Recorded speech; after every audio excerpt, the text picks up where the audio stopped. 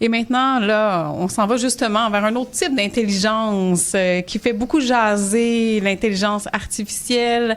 Pour en discuter, je reçois Christian Frenette et Jean-Luc Trussard, qui sont tous les deux enseignants au collégial et co-auteurs du livre « L'IA, ton allié pour apprendre », point d'interrogation, un guide d'utilisation responsable, récemment paru aux éditions MD. Donc, bonjour à tous les deux. Bonjour, merci de l'invitation.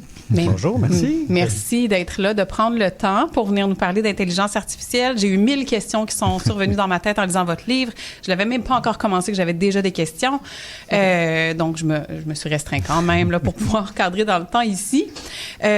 Là, je vais quand même y aller avec brièvement vos biographies parce que c'est intéressant de comprendre d'où vous venez et le pourquoi vous avez créé ce livre-là. Donc, Christian Frenette, vous êtes enseignant en philosophie au collégial, concepteur pédagogique, spécialisé en éthique et en intégration pédagogique de l'intelligence artificielle. Donc, c'est déjà un sujet qui vous travaillait, qui vous passionnait, puis dans lequel vous avez choisi d'investir temps et énergie.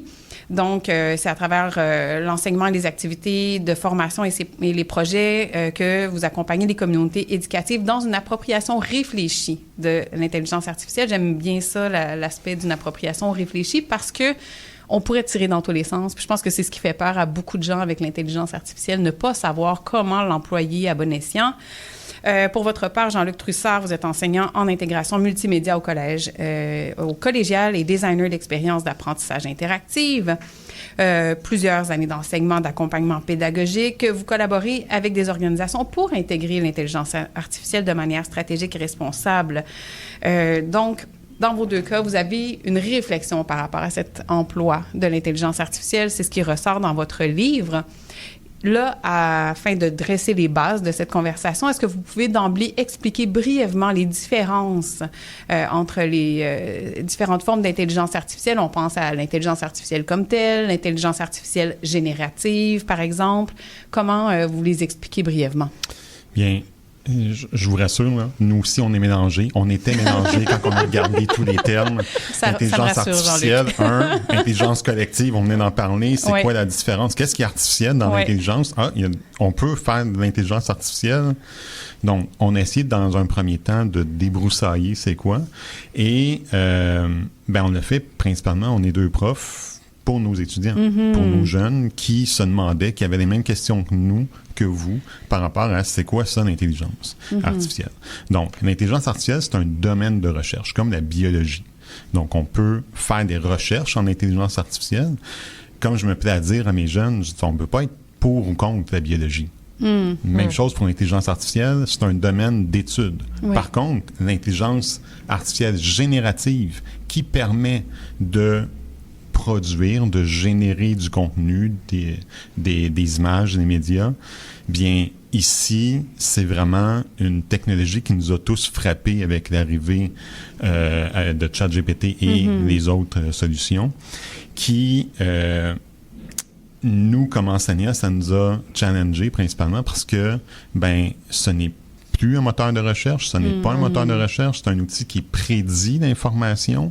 Nos jeunes l'utilisaient comme outil pour rechercher de l'information. Il donnait des informations confidentielles à l'intérieur.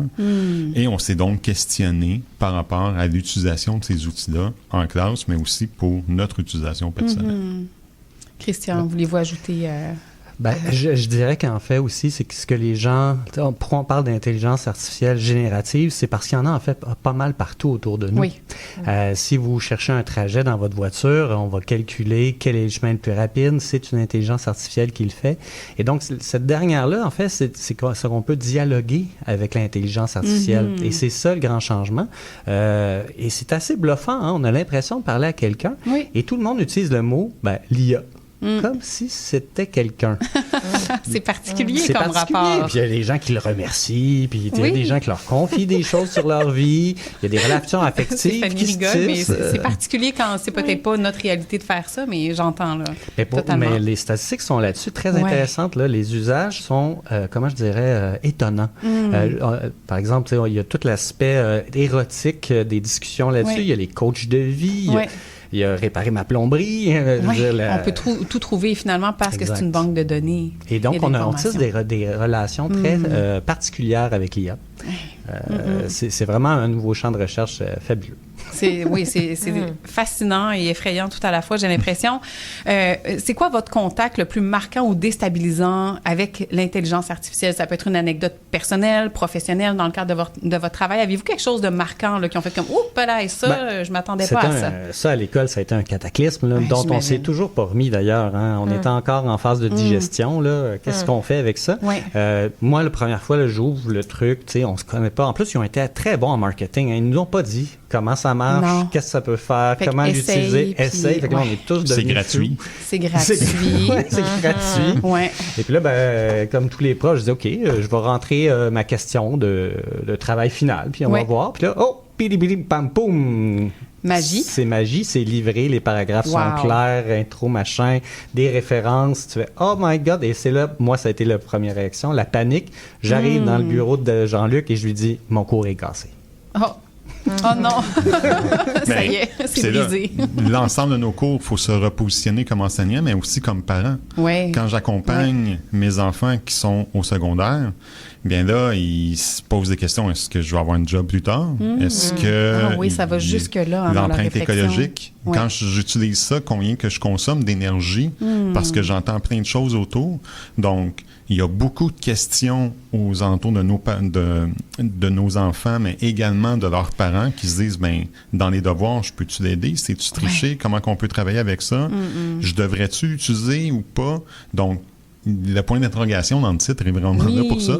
Parce qu'à chaque fois qu'on l'utilise, ça nous amène à se poser plus de questions que d'avoir de réponses. Oui. Bien, ça m'amène justement à cette question parce qu'il y a un point d'interrogation, puis il y a un accent qui a été mis là-dessus. Pourquoi ce point d'interrogation-là? Justement parce que c'est une éternelle interrogation qu'on ne saura jamais vraiment. Il n'y aura pas une réponse exacte et unique à ça. Pourquoi avoir le point d'interrogation dans le titre? Avec l'intelligence collective de la chronique précédente, c'est un peu ça. Il faut ouvrir un espace de dialogue sur ces outils-là.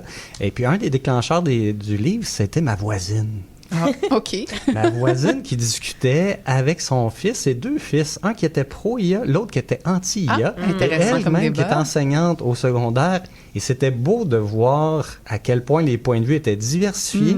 Et là, tu dis, OK, il faut commencer à discuter des repères. Qu'est-ce qu'on veut faire? Comment...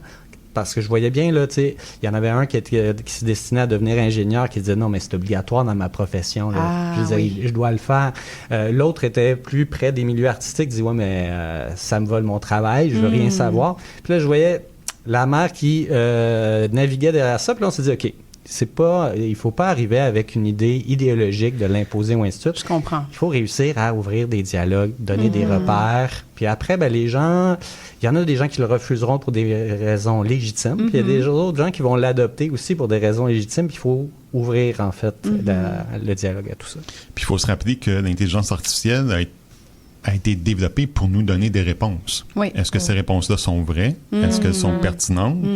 Est-ce qu'elles sont éthiques? Pas nécessairement. Mais ces outils-là ont été développés pour être productifs. Pas pour apprendre. Non, je comprends. Donc, les jeunes, dans leurs devoirs, je prends l'exemple de ma fille cette semaine, elle avait un examen. Est-ce qu'elle se prépare en mettant ses notes dans l'outil de son choix et lui dire, fais-moi un test de révision et donne-moi des réponses, ou fais-moi seulement des questions pour me tester puis valider.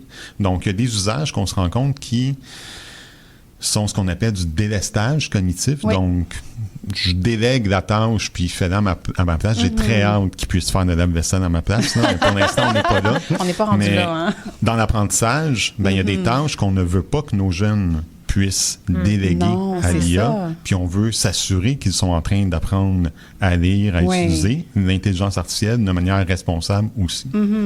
Et là, vous avez vous-même utilisé l'intelligence artificielle générative pour certaines parties du livre et c'est cité, c'est indiqué clairement. Vous parlez entre autres de cette référence essentielle si l'intelligence artificielle est utilisée dans le cadre d'un devoir, d'un travail, d'une recherche quelconque. Donc, pourquoi avez-vous choisi de faire cette démonstration-là dans le livre?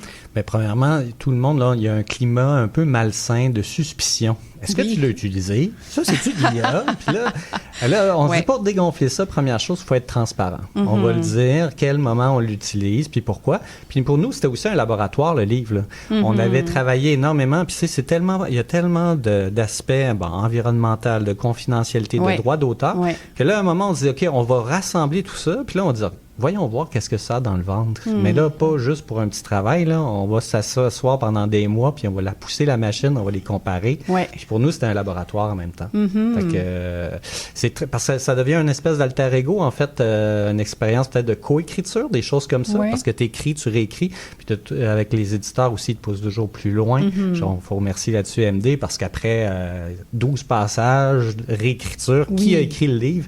C'est une question bien plus floue qu'on peut penser. Il y a beaucoup de gens qui ont écrit beaucoup de choses dans ce livre-là. Oui, je comprends. Puis, bien, on a aussi, on voulait voir ce que ça avait dans le ventre, mais on voulait voir, il y a comme une courbe d'apprentissage avec l'intelligence artificielle. Oui. Au début, on est surpris, fâché, on a peur de ce que ça peut donner, puis on comprend pas tout comment il arrive à avoir toutes ces informations-là. Puis là, on se rend compte, en explorant que, il y a des lacunes, il est peut-être pas si bon que ça avait l'air bien, mais sur le fond, il manque des éléments importants. Puis c'est là, par après, comment on rentre dans une phase d'apprentissage qu'on essayait de résumer dans le livre, puis dire, pour nos jeunes, quels sont les éléments à prendre en compte avant de l'utiliser? Principalement, prendre conscience, justement, de l'empreinte écologique, de la confidentialité. Est-ce que c'est mon ami ou c'est un robot à qui je parle?